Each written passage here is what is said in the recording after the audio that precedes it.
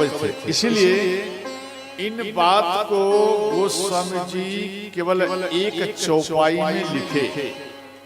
नर नारायण सरिसा सुजाता, नारायण सरिते सुजाता,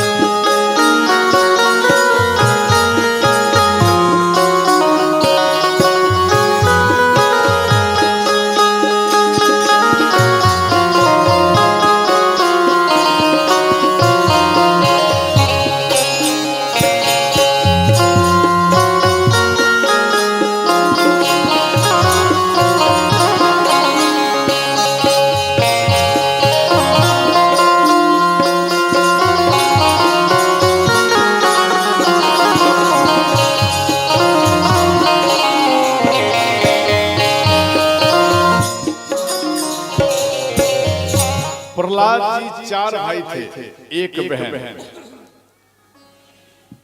तो इसमें भाई का नाम था सहाद, अनुहाद, हाद और प्रहलाद। ये 4 भाई। और बहन का नाम है शिहिका और विप्रचित इनके जीजा हुआ। और इन दोनों के मिश्रण से राहु का जन्म हुआ था। राहु का जो भगवान नारायण अमृत पिलाते समय इनके गले को काट दिए तो राहु केतु 2 में बट गए। इन्हीं का भंजा था। तो वही राहु केतु जो बालक या कन्या हल्ला करती है या कोई भी शुभ कार्य में बाधा पहुंचाती है या कोई यज्ञ कर रहे हैं या शिव चर्चा कर रही है, अगर कोई बाधा पहुंचाती है या पहुंचाता है तो वही राहु केतु उनके ऊपर सवार हो जाते हैं। समझ गए? तो इसलिए उन बालक का दोष नहीं है, उन बालक का दोष नहीं है, उनके ऊपर जो सवार हुआ है उनका दोष है। समझ गए? तो इसके बाद यहां दिया गया भगवान राम खड़े हैं। अब आइए भगवान राम के पास। भगवान राम खड़े हैं तो भगवान राम में सोचे ये तो मुझे खुट्टा बना दिया, खुट्टा। तो भगवान राम तेजी में चले। तेजी में जब तेजी में चले तो सखियां कहती एक बात बोलो, ये दुल्हा कैसे चलते हैं तेजी में और कैसा लग रहे हैं? बोले कैसा? तेजी में दुल्हा चलैया को ना सखी, तेजी में दुल्हा चलैया के ना सखी, तेजी में दुल्हा चलैया को ना सखी, तेजी से दुल्हा चलैया के ना। जैसे जैसे बंधन से पकड़ा भागलियों के ना, जैसे बंधन से पकड़ा भागलियों के ना। श्री राधे।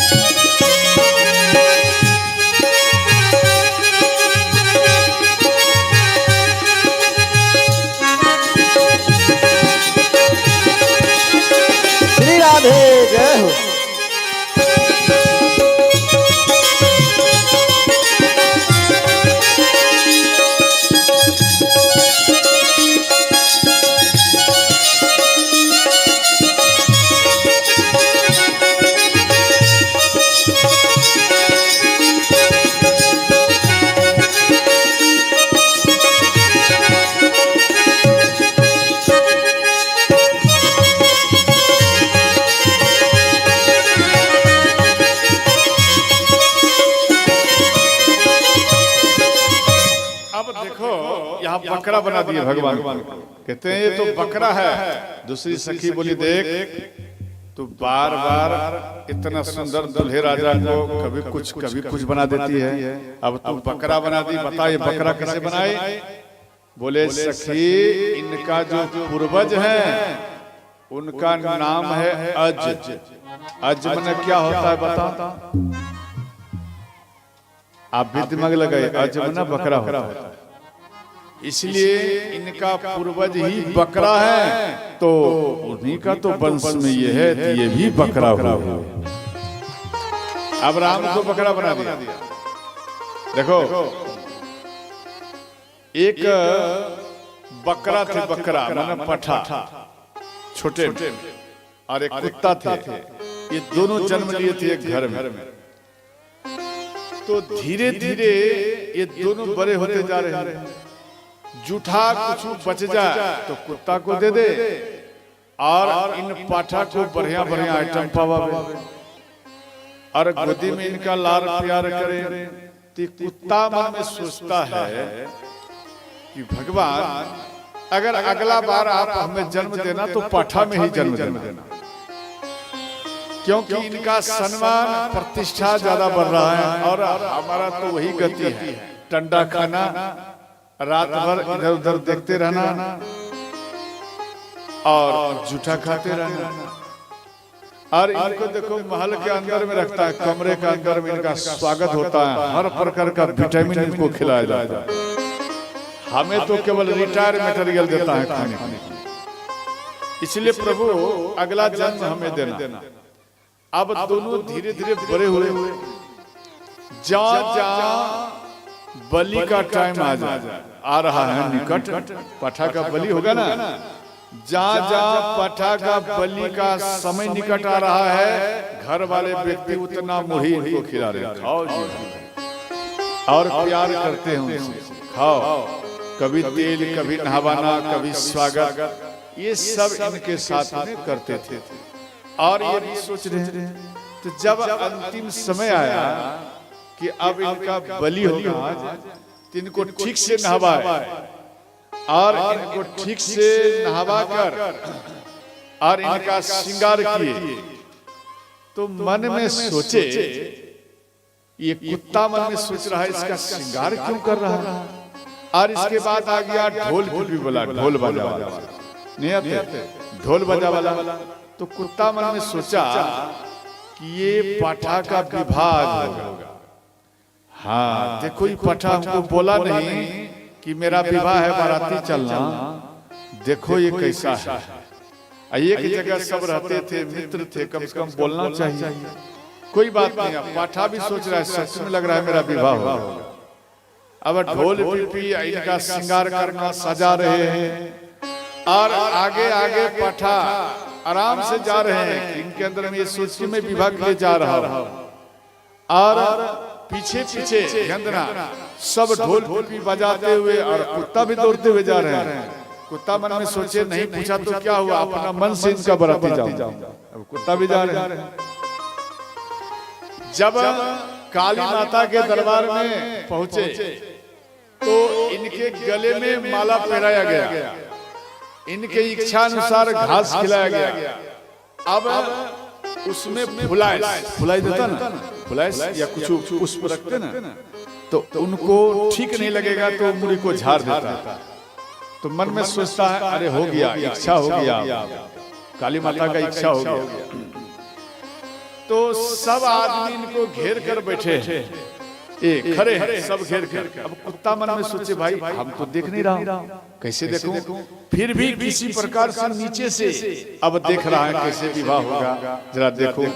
तो माला पहनाया, पुष्प दिया, और इसके बाद इनको तेल ये सब का स्वागत किया, और अंत में ध्यान देना, इसके बाद इनको कुछ घास खिलाने लगे। तो और खुश हो गया भाई, इसी तरह विवाह होता है, कुत्ता मन में सोच रहा है। और उधर से काता लेकर आया, काता लेकर खड़े हैं, ये कुत्ता नहीं देखा। और जैसे ही उनके गले में वो काता को चलाए, मुड़ी चला गया उधर, धर इधर, रक्त बह रहा है। कुत्ता जैसे ही देखा वो भागा। अरे भाई इससे तो अच्छा है ठीक कि जो मैं जूठा ही खा रहा हूँ, समझे? ये भाग गया। भाई इससे अच्छा है मैं जूठा ही पूरा जिंदगी खाऊं, लेकिन मुझे नहीं चाहिए ये जीवन, हमें नहीं चाहिए। अब देखो एक काली माता के दरबार में हम कथा कर रहे थे, ज्यादातर मुझे वही जगह मिलता। तो काली माता के दरबार में कथा कर रहा हूं और एक व्यक्ति आ गया और वो ब्राह्मण पूजा भी करा दिए और वो क्या बोलते फुलाइस भी हो गया। इसके बाद अब बलि होगा। तो इतने में वो ब्राह्मण हमको कॉल किए कि बाबा इस जगह में बलि दिया जा रहा है, आपका क्या इच्छा? बोले आप कैसे बलि दे रहे हो भाई, पहले बताओ। उस जगह में मानस की चर्चा हो रही है और आप बलि दे रहे हो, आपको कैसा लग रहा है? बोले मेरा हार्ट काम नहीं किया इसीलिए हम आपको कॉल किया। बोले और क्या हुआ? बोले फुलाई दे दिया है काली माता। बोले कैसी काली माता है जो आपको फुलाई दे दिए? बोले हाँ दे दिया है। फिर हमको क्यों पूछे? बोले इसलिए यहाँ के आचार्य आप हैं, इसलिए हम आपको पूछ रहे हैं। इन कथा का मेन मुख्य आप हैं, इसलिए हम आपको पूछ रहा हूं। बोले एक बात बता, क्या सच में काली माता फुलाई दे दी? बोले हाँ, आप केवल हाँ बोलिए तुरंत इसका स्वागत होगा। बोले अच्छा। बोले देखो ये तो अपराध है, ऐसा नहीं होना चाहिए। तो क्या बलि नहीं हो? बोले नहीं। फान को रख दिए। फिर मेरे अंदर में एक सोच आया, इतना व्यवस्था कर लिया है तो कुछ ऐसा मार्ग ढूंढो जो ठीक रहे। तो यहाँ पर उनको फिर हम कॉल किए बाबा हाँ बोलिए महाराज जी क्या सच में बलि होगा? बोले हाँ। क्या पूर्ण तरीका से तैयारी है? बोले हाँ बाबा तैयारी है, केवल आपका आदेश है। तो घर वाले को जरा पूछे क्या पूर्ण तैयारी है? तो घर वाले कहते हैं महाराज जी हम सब तैयार हो, आप केवल हाँ बोलिए। तो ब्राह्मण को बोले एक काम करो, फुलाइस काली माता दे दी है ना? बोले हाँ हाँ।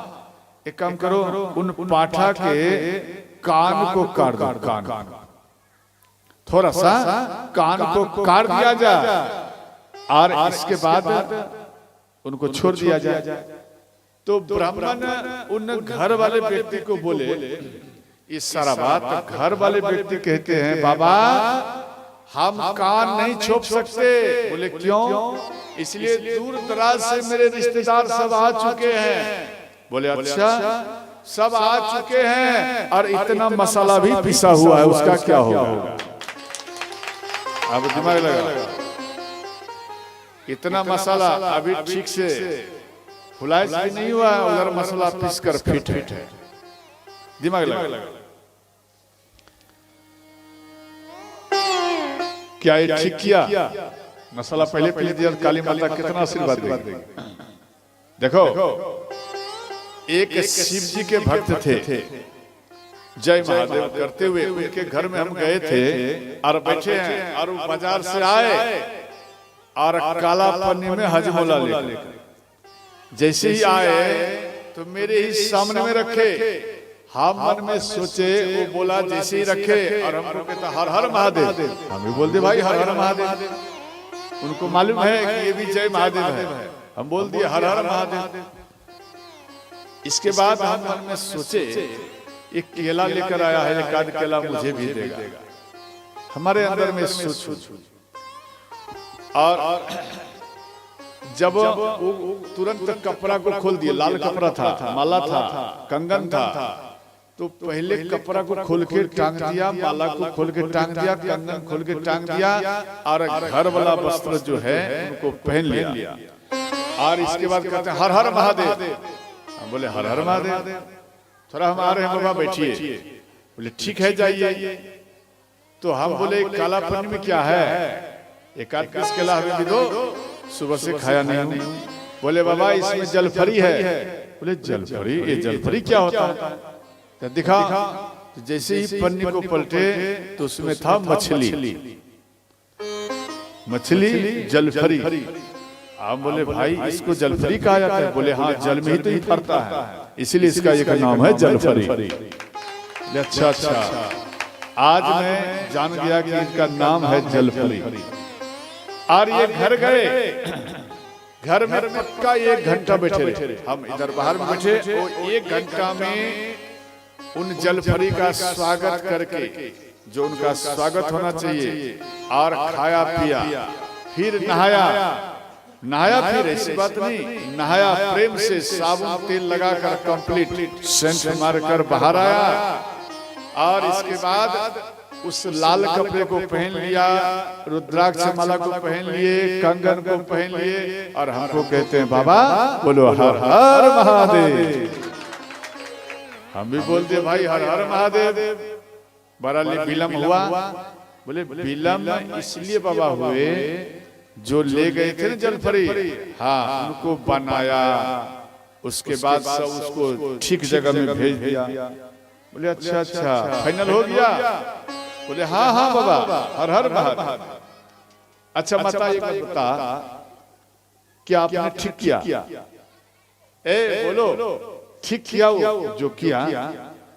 नहीं किया। अच्छा बताइए, शिव जी के भक्त कितने, जरा हाथ उठाइए।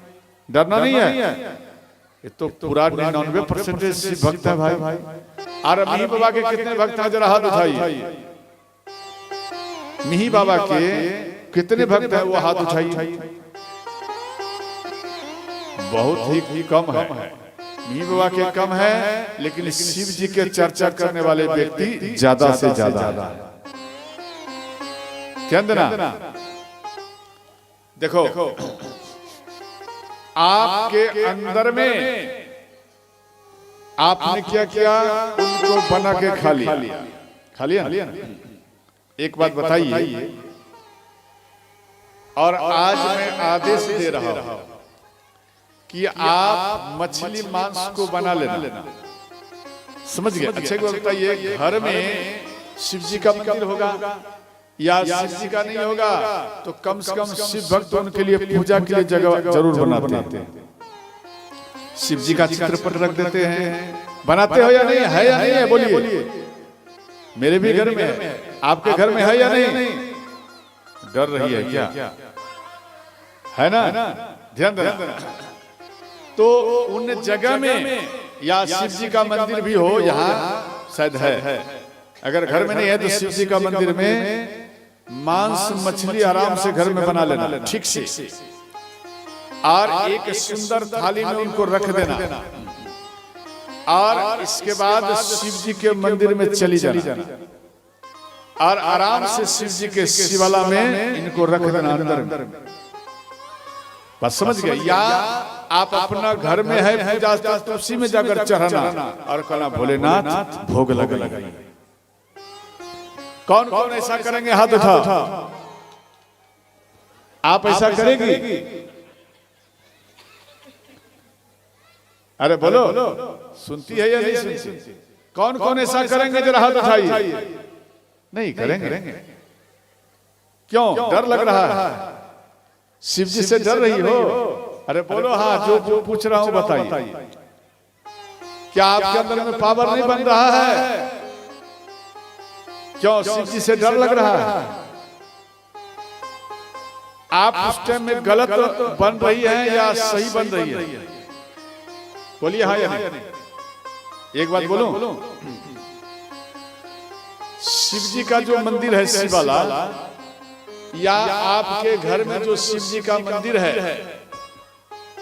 ये सब नकली है। ध्यान देना, प्रमाण के साथ बोलूंगा, ये सब नकली है। ये तो केवल देखने के बाद शिव जी का याद आता है, इसलिए शिवाला बना देते हैं। ये जितना मंदिर है, मस्जिद है, सब नकली है। उसमें शिव जी बात नहीं करते, तो केवल दिखावा है। जो नकली है, आप उनसे हार मान रही है। नहीं, वहां नहीं चलाऊंगा, डर लग रहा है।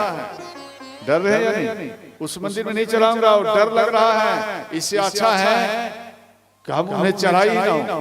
क्या चढ़ाऊंगा तो दोष लगेगा। ध्यान देना, वो नकली है।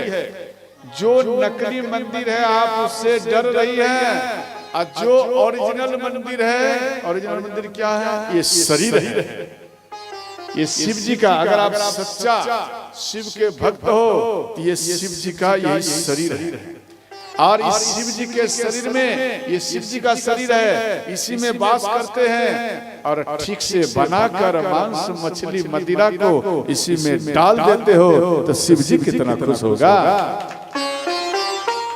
दिमाग लगा, छोटे से बुद्धि, छोटे से, बिल्कुल छोटे से कोमा में विचार करना। हरिंद्रानंद जी महाराज, दिमाग लगाना, जब नगर में भ्रमण किए तो व्यक्ति ताश खेलता है और खेलने में थोड़ा उल्टा पुल्टा हुआ लड़ जाते हैं, ऐसा लड़ाई हो जाते हैं सिर फोड़ देते हैं। एक घर दूसरे घर वाले में मारपीट होता है, माता माता में लड़ जाती है। दिन रात ऐसा वो घूम घूम कर जब देखते रहे तो ऐसा परिस्थिति हुई।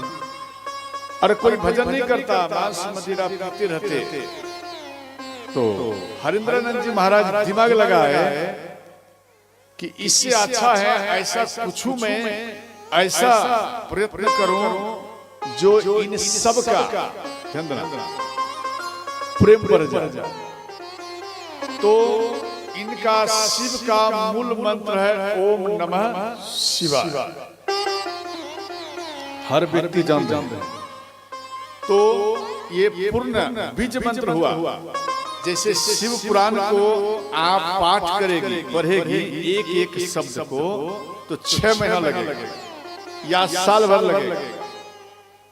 और एक बार ओम नमः शिवाय निष्ठा से, प्रेम से, नियम से जाप कर लेगी तो ये पूरा फल आपको एक बार में मिलेगा। इसी को मंत्र कहा जाता है। रामायण जितना पाठ करेंगे 24 घंटा लगेगा। इनका अर्थ को लेने में आपको 6 महीना लगेगा। एक बार राम का मंत्र बोल देंगे उतना ही फल आपको मिल जाएगा। इसी को मंत्र कहा जाता है। नहीं समझ में आया? इसी को मंत्र कहा जाता है। हरिंद्रानंद जी महाराज इसी मंत्र को ध्यान देना, इसी मंत्र को जो बीज मंत्र था ओम को हटा दिया, ओम को हटा दिए और नमः शिवाय को जनता में छिड़ दिए। जनता अपने में ग्रहण किया और इसमें लागू नहीं किया कि आप मांस मछली खाओ या नहीं खाओ, ये सब कुछ नहीं, सीधा छिड़ दिया।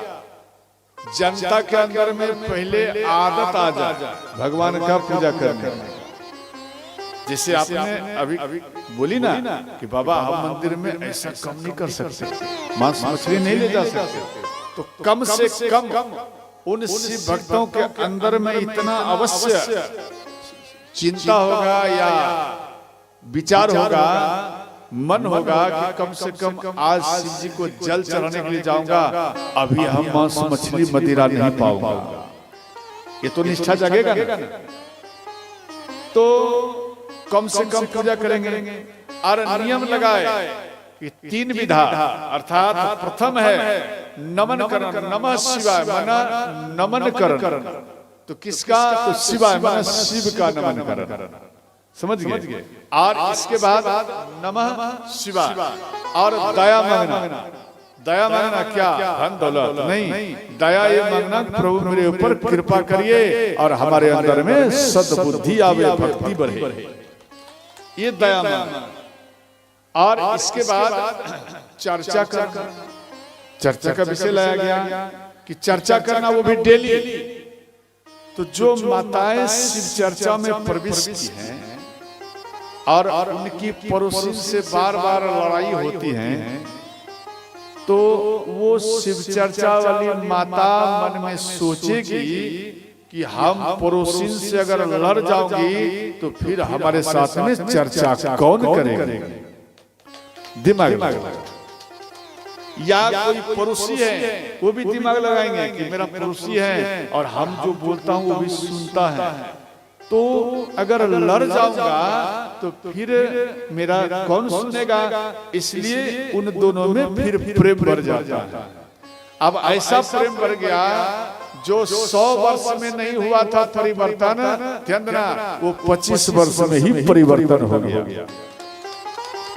जो 100 वर्ष में परिवर्तन नहीं हो पाया, प्रेम नहीं बढ़ पाया, वो प्रेम मात्र 25 वर्ष में ही ओके हो गया। अब देखो, इसी में कई शिव भक्त हैं जो धीरे धीरे श्रद्धा को बदल रहे हैं। धीरे धीरे जो तेजस्वी बुद्धि वाले हैं वो धीरे धीरे शिव को ही गुरु बना। ऐसा नहीं, हम ये नहीं कहते कि आप शिव को हटाओ, नहीं, आप शिव को अपना हृदय में बिठाए, अपना हृदय में, और आप भजन करिए, शिव को ही गुरु बनाइए। परंतु यहाँ दिया गया, ध्यान देना, आप शिव जी को भजन करके मांस मदिरा खाते हुए शिव जी के जैसा बलशाली आप हो जाइए। आप बलशाली हो जाइए तो आप तर नहीं सकते। बलशाली हो सकते हैं, धनवान हो सकते हैं, लेकिन आप तर नहीं सकते। इसलिए चाहे ब्रह्मा के समान हो जाइए, शिव के समान हो जाइए, आप बलशाली, परंतु आप तर नहीं सकते। गोस्वामी जी एक पंक्ति यहाँ पर लिखे हैं,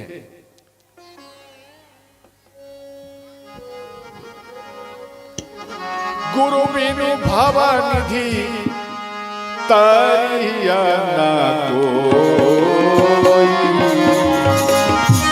गुरु बिनु भवनिधि तरिया कोई,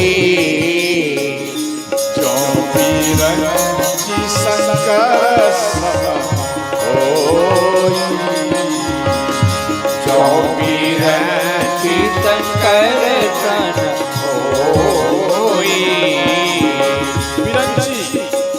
बिरंची मना ब्रह्मा और शंकर मना भोलेनाथ। जो बिरंची शंकर होई, जो बिरंची शंकर होई। एक बात बोलो, शिव जी के भक्त क्यों उदास रहते हैं, साधु पर विश्वास नहीं करते? कुछ संतों में ऐसा है जो विपरीत व्यक्ति, क्या जो विपरीत व्यक्ति साधु बनकर उस साधु के लाट में आ गया, समझे? जैसे मानो कोई विपरीत आदमी है, वो साधु बन गया और वो लाट में आ गया, साधु के लाट में आ गया, साधु बनकर। तो जनता तो उनको भी साधु मान लिया। अब देखो, अब लाट में आ गया, जैसे कहते ना, जुना जर जाए परंतु क्या बोलते हैं, आठ गांठ, हाँ ऐंठ, वो टेढ़ा जो होता है ऐंठ, वो नहीं सीधा होता है क्या?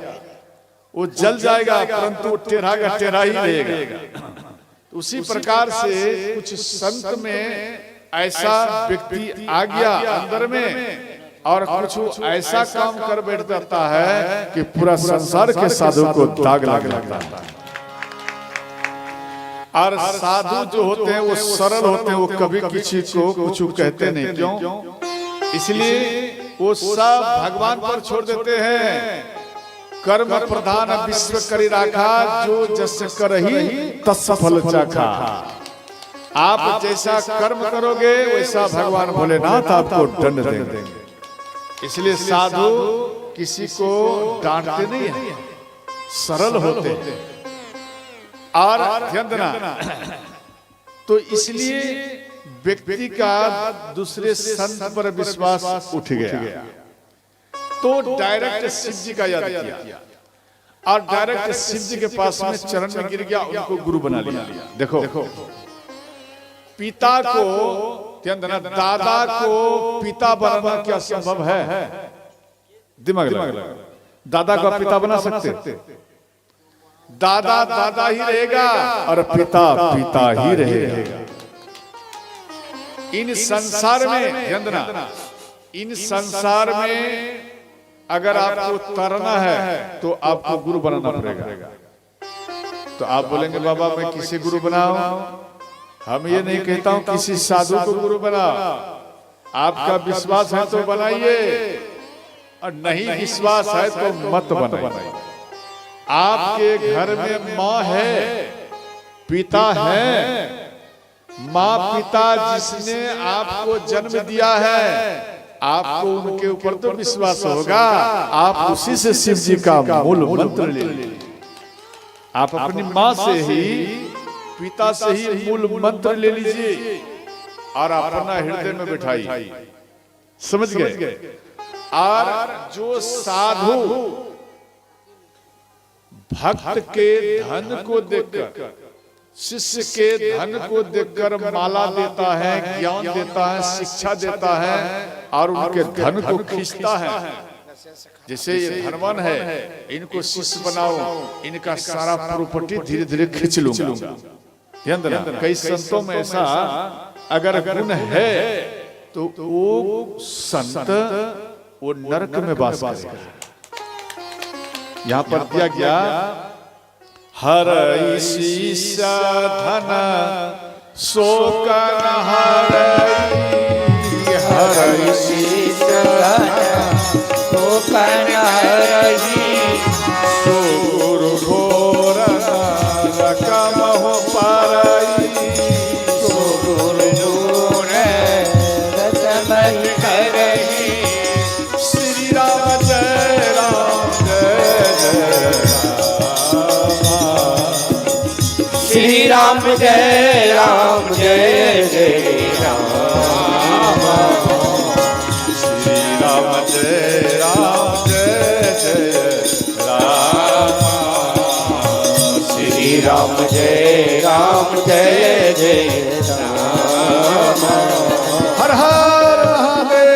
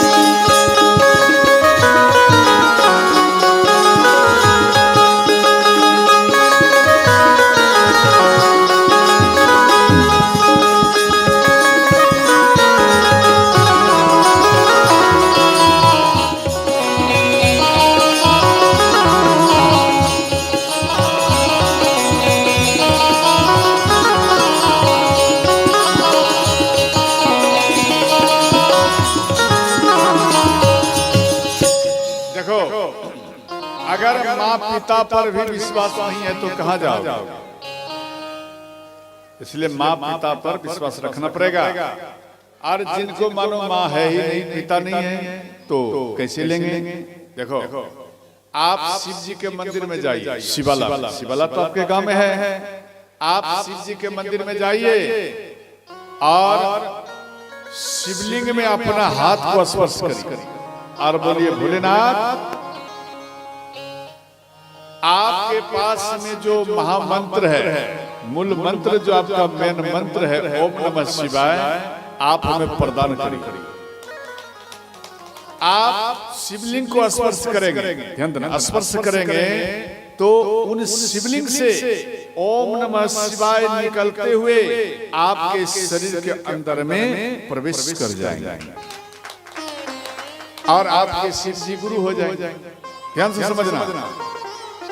और इसके बाद आप ओम नमः शिवाय का जाप करेंगे, वो भी वैष्णव होगा। ऐसा नहीं, जब आप वैष्णव हो जाएगी, आप अपना में समझ लेना, नहीं अब हम इनको संभाल सकती हूँ या संभाल सकता हूँ, तो आप ऐसा कर। ऐसा नहीं खाते पीते ऐसा करना, ऐसा नहीं करना, दोष लग जाएगा। और वो ओम नमः शिवाय का ध्यान देना। रसगुल्ला, रसगुल्ला समझती?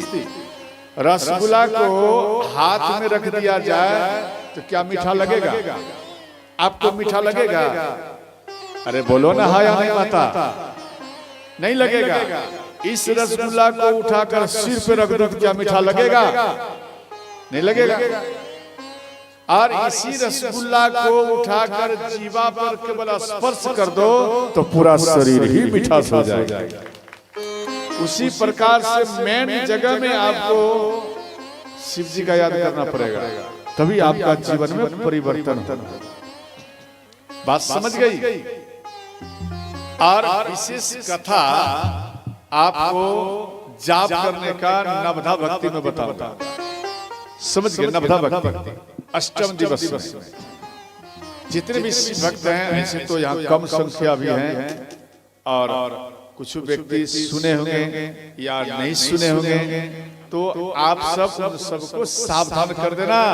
अरे मरने से पहले कम से कम तुलसी का माला रुद्राक्ष पहनो, बेड़ा पार हो जाएगा। बोलो शंकर भगवान की जय हो। ये जो व्यासपीठ है चंदना, ये जो व्यासपीठ है पंडित जी साहब, ये जो व्यासपीठ है, चाहे पंडित जी रहे या कोई भी रहे जात में, इस व्यासपीठ पर वही बैठ सकता है जिसके गले में तुलसी का माला हो। ध्यान देना, वही व्यक्ति बैठ सकता है। अब जैसे आप मांस मछली मदिरा, एक जगह में हम देखा शिव चर्चा हुआ और शिव चर्चा हो रहा है और इधर घर में बन रहा है। हम भी गए थे चर्चा सुनने के लिए। शिव जी का चर्चा का मैं प्रेमी हूं, क्योंकि हम भी शिव जी का शिष्य हूं और राम का भी शिष्य हूं। तो हम जो सुना, श्रवण किया, बाहर से आया था, श्रवण किया और जैसे ही ये लोग नीचे उतरे, कथा व्यास पर कथा कह रहा है, और जब ये कथा पूर्ण हो गया, जब नीचे उतरे सब कोई चले गए, तो मेरे अंदर में एक इच्छा हुआ जो कथा करते कम से कम उनको मैं प्रणाम करूं। सब चले गए और इधर देख रहा हूं आधा घंटा के बाद हम आए, फिर हटने के बाद तो देख रहा हूं व्यवस्था टेंस है और खाए जा रहे हैं और पिए जा रहे हैं। क्या खाए जा रहे हैं? विपरीत भोजन और पिए जा रहे हैं। ये तो बड़ा दोष लगेगा इनको। अभी तुरंत व्यासपीठ से उतरा है और ये मांस मछली मदिरा का सेवन कर रहा है। तो जो मांस मछली मदिरा का सेवन करता है, वो अगर वेद का उच्चारण करे तो आपके अंदर में असुर प्रवृत्ति का ही वृद्धि होगा, असुर का बल बढ़ेगा। आपके घर में देवताओं का, आपके अंदर में सत्य प्रवृत्ति का बल नहीं बढ़ेगा, असुर का बल बढ़ेगा। अब देखेंगे भाई भाई में लड़ना, गोतनी गोतनी में लड़ना, ऐसा लड़ना, सिर फोड़ना और सारा रुपया उठाकर थाना में जाकर जमा कर देना। बात समझ गए? कचहरी में जाकर जमा कर देना। ये सबसे पहले व्यासपीठ पर कोई भी बैठे हाथ जोड़कर विनती है,